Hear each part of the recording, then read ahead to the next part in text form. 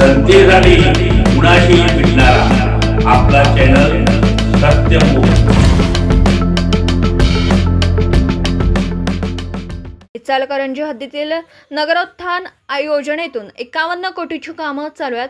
निकृष्ट दर्जाची व कामाच्या ठिकाणी कामाचे माहिती फलक न लावणे याबद्दल माननीय मुख्यमंत्री देवेंद्रजी फडणवीस यांच्याकडे संबंधितांवर कारवाई करण्याची मागणी केली।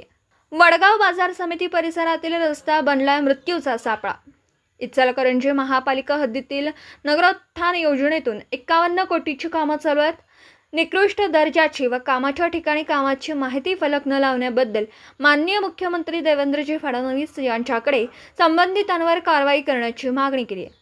कारण वडगाव बाजार समिती परिसरातील रस्ता मृत्यूचा सापळा बनला। सत्यमुख प्रतिनिधी उमाकांत दाभोळे, इचलकरंजी। जनतेसाठी कुणाशीही भेटणारा आपला सत्यमुख। लाईक करा, शेअर करा आणि बेल आयकॉन ऑन करा। मित्रांनो, विसरू नका।